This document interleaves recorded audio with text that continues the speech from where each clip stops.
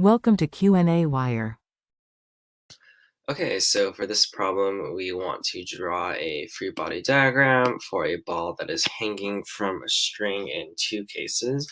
In part A, where the acceleration of this ball on a string on a train, part A acceleration is 0, and then in part B, where it is equal to some constant. So again, we're working with part A. Just to write an equation form what I just said, the acceleration is going to be equal to 0. So in other words, our ball that is hanging from a string on this train, of course, the omnipresent force is going to be gravity. It's going to be directed downward.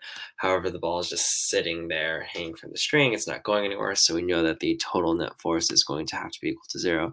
And that is intuitively going to be counterbalanced by the tension on the string. And that's supposed to be, these two vectors are supposed to be equal to one another. So again, in this part of the problem, our net force is equal to 0 because there's no acceleration. Okay, this with what is going on in part B, where the acceleration is equal to some non-zero constant. So we'll just call that some constant A.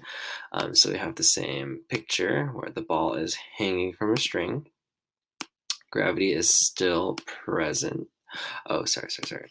The ball is hanging from a string, but the scenario is going to look different.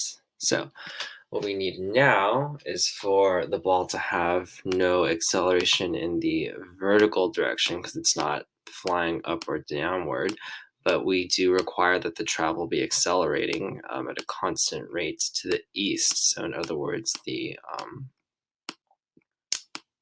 horizontal force is going to be non-zero. It's going to be positive. So basically what we'll have to require is that the tension force is now directed in a different direction. So to draw the string back in, it'll be oriented diagonally like this so that the ball can have a net force going to the right. And that is the end of this problem.